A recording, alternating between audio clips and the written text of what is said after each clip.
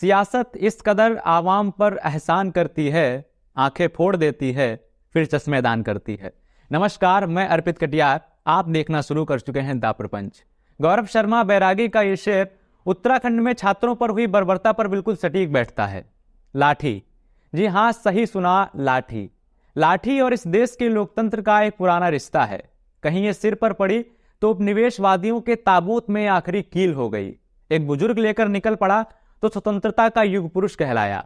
मगर सहारे और संरक्षण का यह प्रतीक कब दमन और अराजकता का सूचक बन गया, इसका सबसे बड़ा प्रतीक है उत्तराखंड की राजधानी देहरादून के गांधी पार्क के सामने उपस्थित ये युवा, या कह लीजिए बेरोजगार, जो अपने अपने हिस्से के अधिकारों की मांग के लिए एकत्रित हुए।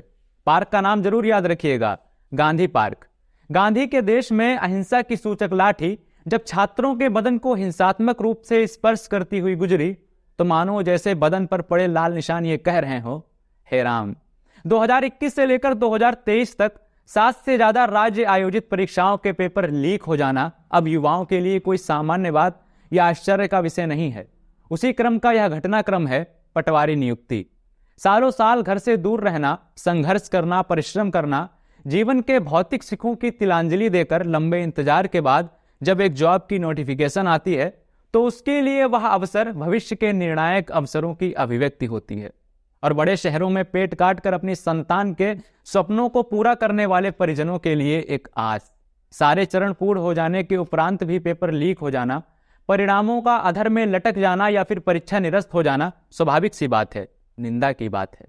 महात्मा गांधी ने कहा था, वह लोकतंत्र ही क्या जहां आवाज उठाने या गलतियों को करने की आजादी ना हो।